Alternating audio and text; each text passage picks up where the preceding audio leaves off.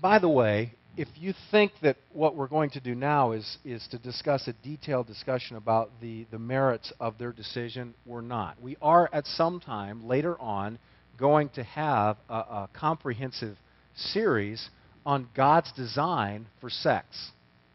Probably should be a fairly highly attended series, I would imagine.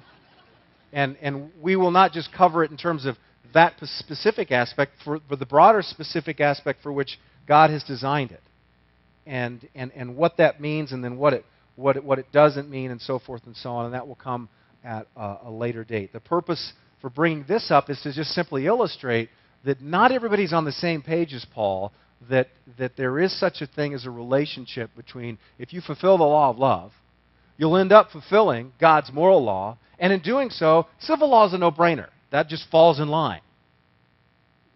They all just kind of intertwine. That's not believed at all in our culture, at least not by many. But the question is, that the statement here is that we're not permitted to do so lest we would damage our Constitution immeasurably by trying to do more.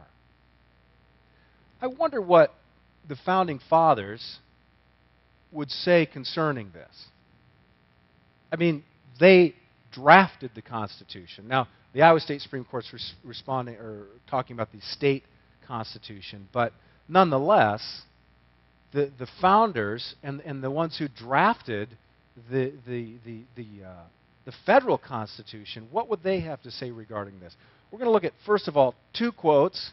First, from the picture on your C notes, for those of you that actually carry them around, Mr. Ben Franklin, who was perhaps one of the two least religious of the Founding Fathers, had this to say: God governs the affairs of man, and if a sparrow cannot fall to the ground without his notice, is it probable that an empire can rise without his aid?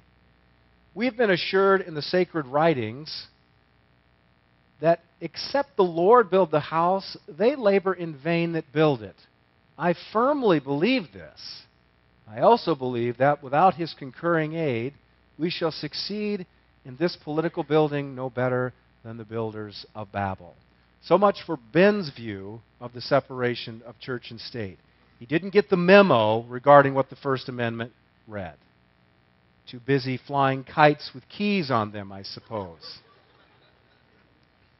Or Thomas Jefferson, who is commonly believed to be a deist and not a born-again Christian.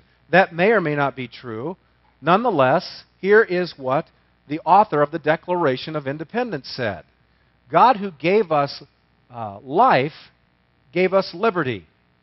And can the liberties of a nation be thought secure when we have removed their only firm basis? A conviction in the minds of the people that these liberties are a gift from God, that they are not to be violated, but with his wrath. Indeed, I tremble for my country when I reflect that God is just and that his justice cannot sleep forever.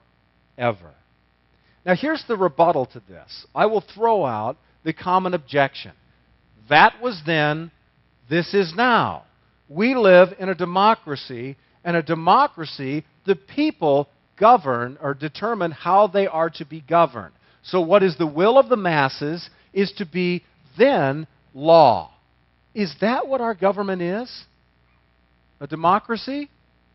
I guarantee you that if you did a poll on the street and you put a microphone in 100 people's faces walking down the street, what form of government do we have? 99.9% people would say democracy. And then you ask them, well, what is a democracy? And you say the rule of the people. Is that what our country is? Now, some of you are thinking, Brooks, this is less of a Bible lesson than it is a civics lesson. That's true, but in order to apply Romans 13, 1 through 7, you have to understand the government that rules you. Otherwise, there is no application of Romans 13, 1 through 7, and there's certainly no application of Romans 8, 9, and 10 in chapter 13 within that government unless you understand how that government is supposedly supposed to rule. people say that, well, we're a democracy.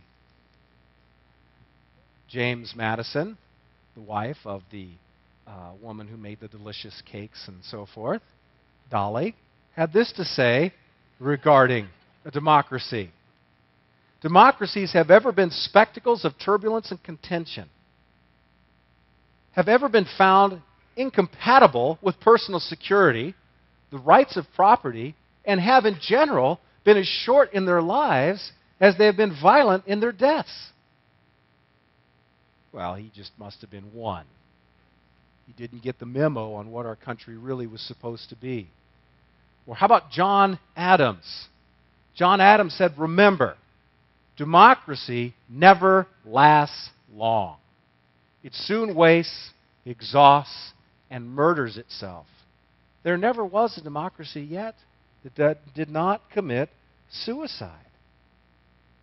See, here's what a democracy is. The Founding Fathers referred to democracy. I'm not making this term up. This is their term. A mobocracy. They called democracy a mobocracy. What did they mean by that? They meant that if everyone determines what is right, if it's just simply 51% majority, then that's mob rule. And whatever the mob wants, the mob gets. If the mob should say that the government should fund their desires, then the government will fund their desires. If the 51% says that, you know what, religion shouldn't be tolerated in the public square, well then it won't be tolerated in the public square. If 51% think that the unborn are not living human beings with rights, then they won't have rights. And so forth, and so forth, and so forth, and so on. The Founding Fathers were not fans of democracy. They did not found a democracy. What did they call it then? They called it a republic.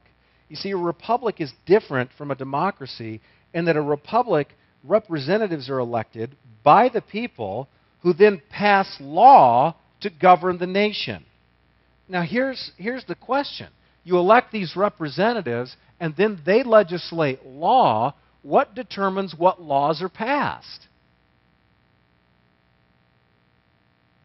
Well, for them, they would say that what determined what laws should be passed, Noah Webster says our citizens should early understand, that the genuine source of a correct Republican principles, Republican is not a party here.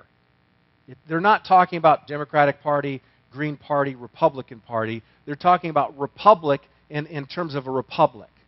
It says Republican principles, the source of law is the Bible, particularly the New Testament.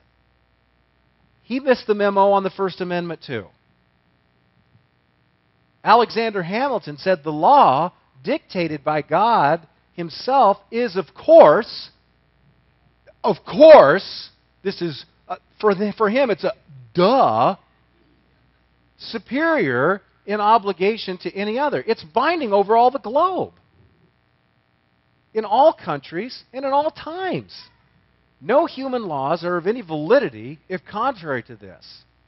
How do you suppose Alexander Hamilton or Noah Webster or John Adams or Ben Franklin or George Washington or any of their founding fathers, when they sat down and they decided to legislate law, what was their primary influence?